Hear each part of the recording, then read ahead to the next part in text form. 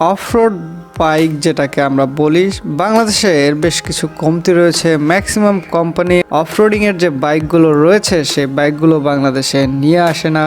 একটা সময় বাংলাদেশে এই বাইকগুলো দেখা যেত, কিন্তু এখন বাংলাদেশে ম্যাক্সিমাম ইম্পোর্টারই ম্যাক্সিমাম কোম্পানি এই বাইকগুলো আসলে তৈরি করে না, নিয়ে আসে না। কিন্তু কাওয়াসাকি তাদের এই জিনিসটা ধরে রেখেছে। কাওয়াসাকি বাংলাদেশেও সম্প্রতি তাদের নতুন দুইটা বাইক নিয়ে এসেছে। তার মধ্যে অন্যতম একটি অফরোড বাইক হচ্ছে কাওয়াসাকি KLX 150 অফরোডিং বাইকটিতে কি কি রয়েছে, এর ভালো মন্দ কিছু দিক নিয়ে আজকে কথা বলবো। তো চলুন বন্ধুরা, কথা না বাড়িয়ে ভিডিওটি শুরু করি। আর শুরু করার আগে যে বাইক লাভার্সগুলো এখনও চ্যানেলটিকে সাবস্ক্রাইব করেননি তারা অবশ্যই সাবস্ক্রাইব করে পাশে থাকবেন এবং নিত্য নতুন ভিডিওর আপডেট পেতে বেল আইকনটি প্রেস করবেন।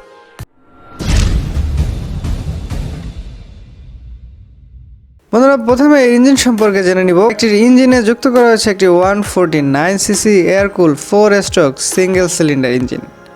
যে ইঞ্জিনটি 5 স্পিড একটি গিয়ার বক্স এবং এর ফুয়েল সাপ্লাই সিস্টেমে কার্বোরেটর সিস্টেম ব্যবহার করা হয়েছে।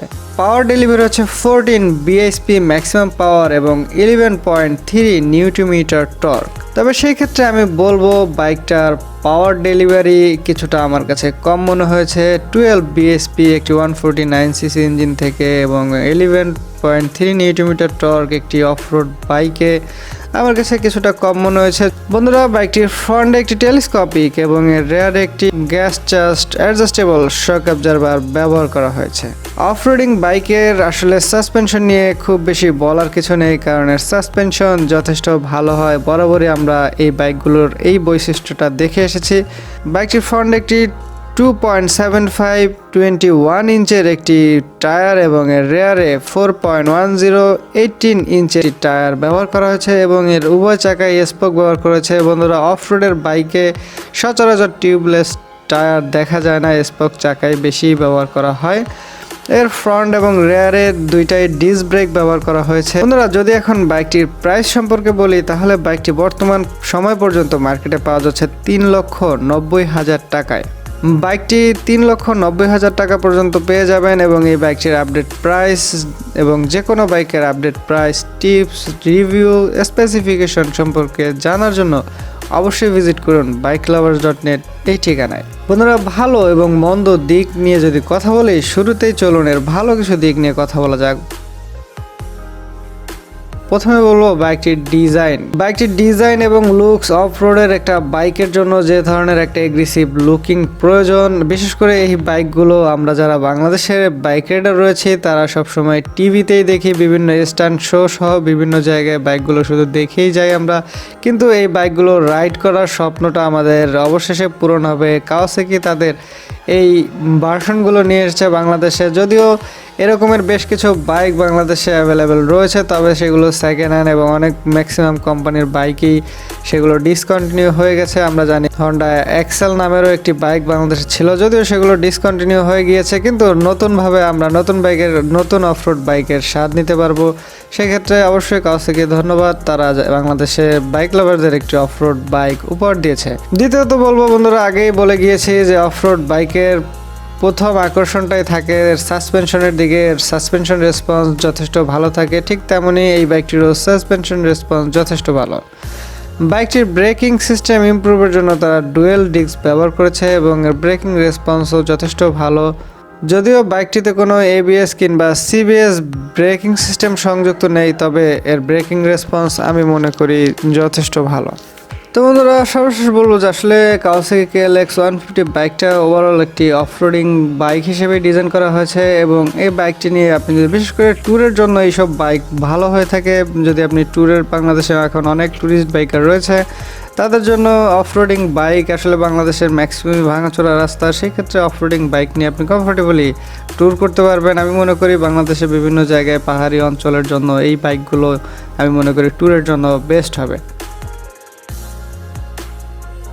খারাপ দিকের যে বিষয়গুলো বলবো, আমি প্রথমে বলে গেছি বাইকটার ইঞ্জিন পাওয়ার সম্পর্কে। বাইকটা 12 bhp ম্যাক্সিমাম পাওয়ার ডেলিভারি করতে পারে, তো সেক্ষেত্রে আমি মনে করি একটি অফরোড বাইক, যে বাইকটার উপরে অনেক প্রতিকূল অবস্থা, অনেক ঢাল, অনেক পাহাড়ি ঢাল সহ বিভিন্ন জায়গায় এই বাইকটি রাইড করা হবে। সেই ক্ষেত্রে বাইকটিতে ইঞ্জিন পাওয়ার যথেষ্ট নয়, কারণ অফরোড বাইক আমরা সচরাচর সবসময় জেনে থাকি, দেখে থাকি যে বাইকগুলো বিভিন্ন পাহাড়ি ঢাল সহ বিভিন্ন প্রতিকূল অবস্থায় চালানো হয়।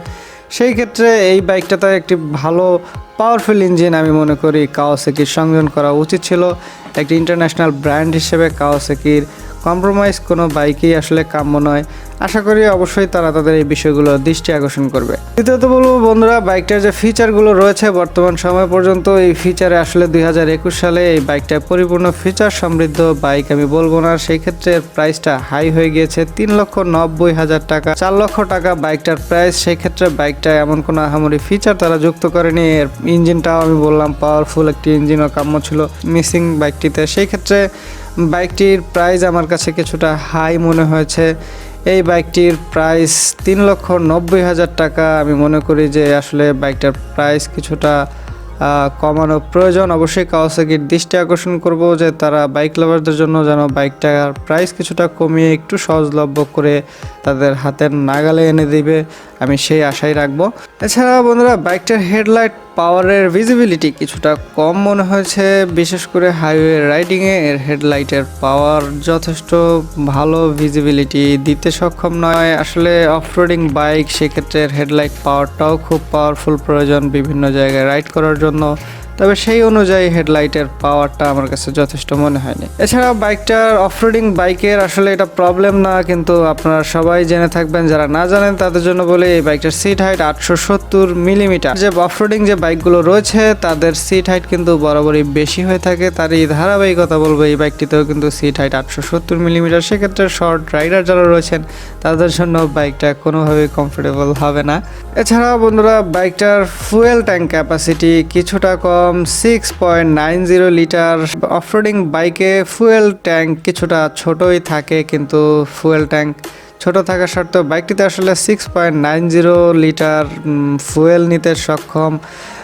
তো অলমোস্ট 7 লিটার ফুয়েল আপনি নিতে পারবেন এই বাইকটিতে। তো সেক্ষেত্রে আসলে যদি লং ট্যুরে যান বিভিন্ন জায়গায়, আসলে বিশেষ করে পাহাড়ি অঞ্চলেই কিন্তু আপনি আহামরি সব জায়গায় আপনার পেট্রোল পাম্প পাওয়া সম্ভব না। সেক্ষেত্রে মাত্র 7 লিটার ক্যাপাসিটি, 7 লিটার পুরো নাও 6.90 লিটার মনে করি এনাফ না। তারপরও যাই হোক, কোম্পানি দিয়েছে, কিছু করার নেই আমাদের। বন্ধুরা, খারাপ এবং ভালো যত দিকগুলো রয়েছে আমার দৃষ্টিকোণ থেকে আমি সবই আপনাদেরকে বলে দেওয়ার চেষ্টা করেছি। আর ইঞ্জিন সম্পর্কেও তো বলে দিয়েছি। আপনার ব্যক্তিগত কোনো মতামত বাইকটি সম্পর্কে থাকলে অবশ্যই কমেন্ট সেকশন অথবা ফেসবুক গ্রুপে যুক্ত হয়ে সবাইকে জানিয়ে দিবেন।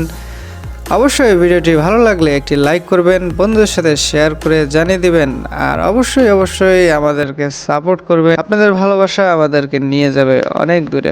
অবশ্যই চ্যানেলটিকে সাবস্ক্রাইব করবেন এবং নিত্য নতুন ভিডিওর আপডেট পেতে বেল আইকনটি প্রেস করবেন। ভিডিওটি শেষ পর্যন্ত দেখার জন্য আন্তরিকভাবে ধন্যবাদ জানাচ্ছি। অবশ্যই নিরাপদে বাইক রাইড করবেন, অবশ্যই হেলমেট পরে বাইক রাইড করবেন, because no helmet no respect. Best wish for every bike lovers. আল্লাহ হাফিজ।